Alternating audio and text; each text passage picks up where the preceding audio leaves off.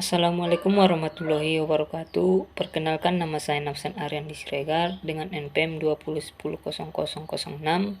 Di sini saya akan membacakan hasil makalah saya yang berjudul Membangun Ide Kreatif dan Inovatif.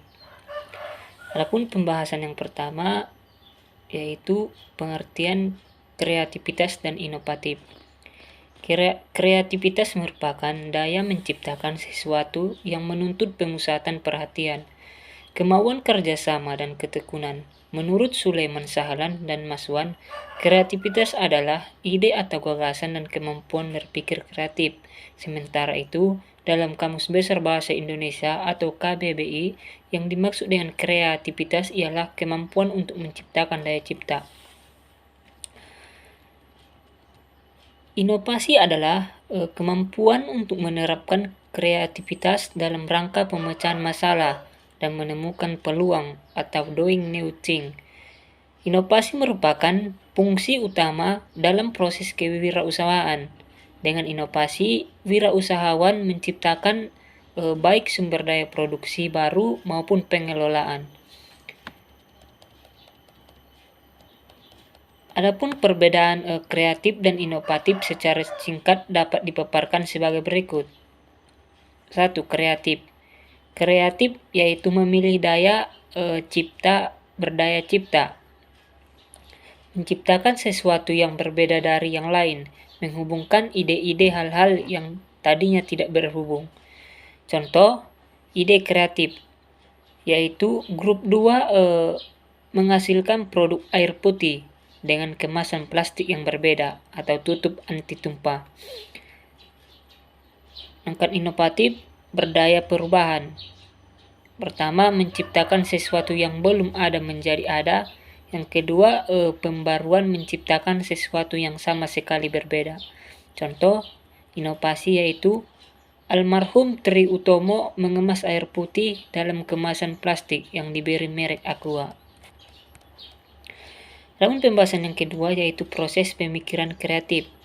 Berpikir kreatif merupakan salah satu cara yang dianjurkan dengan cara itu seseorang akan mampu melihat persoalan dari banyak perspektif. Pasalnya, seorang pemikir kreatif akan menghasilkan lebih banyak alternatif untuk memecahkan suatu masalah. Berikut ada 4 tahap pemikiran berpikir secara kreatif, yaitu tahap preparasi. Pada tahap preparasi, pikiran harus mendapat sebanyak mungkin informasi yang relevan dengan masalah yang sedang dihadapinya. Yang kedua, tahap inkubasi. Tahap inkubasi adalah tahap berpikir kreatif dan pengatasan masalah di mana kejadian mental yang tadinya digerakkan oleh persiapan yang direncanakan secara intensif mencapai pencerahan mandiri sehingga tercapai pemahaman yang mengarah pada pengatasan masalah. Yang ketiga, tahap iluminasi atau tahap inspirasi.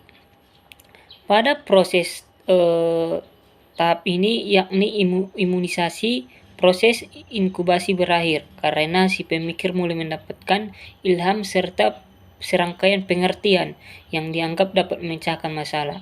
Pada tahap ini sebaiknya diupayakan untuk memperjelas pengertian yang muncul. Di sini daya imajinasi si pemikir akan memudahkan upaya itu. Yang keempat, tahap verifikasi. Pada tahap terakhir yakni verifikasi, si pemikir harus menguji dan menilai secara kritis solusi yang dianjurkan. Pada tahap iluminasi, bila terjadi cara yang diajukan tidak dapat memecahkan masalah, si pemikir sebaiknya kembali menjalani kelima tahap itu untuk mencari ilham baru yang lebih tepat. Lalu pembahasan yang ketiga yaitu proses penciptaan inovasi. Inovasi sebagai suatu proses digambarkan sebagai proses yang siklus dan berlangsung terus-menerus meliputi fase kesadaran, penghargaan, adopsi, difusi, dan implementasi. Menurut De Jong dan Den Hartog tahun 2003 merinci lebih mendalam proses penciptaan inovasi dalam 4 tahap sebagai berikut. Yang pertama, melihat kesempatan. Yang kedua, mengeluarkan ide. Yang ketiga, implementasi. Yang keempat, aplikasi. Adapun materi selanjutnya yaitu mengembangkan kreativitas dan inovasi. Dalam mengelola usaha, keberhasilan seorang pengusaha terletak pada sikap dan kemampuan berusaha, serta memiliki semangat kerja yang tinggi. Semangat yang tinggi pada pengusaha terletak pada kreativitas dan inovasinya dalam mengembangkan usahanya tersebut. Menurut Adam, tahun 1986,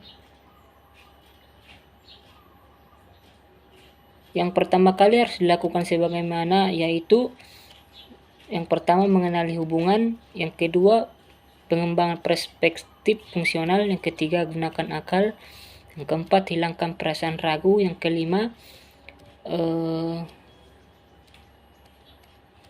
oke, itu saja.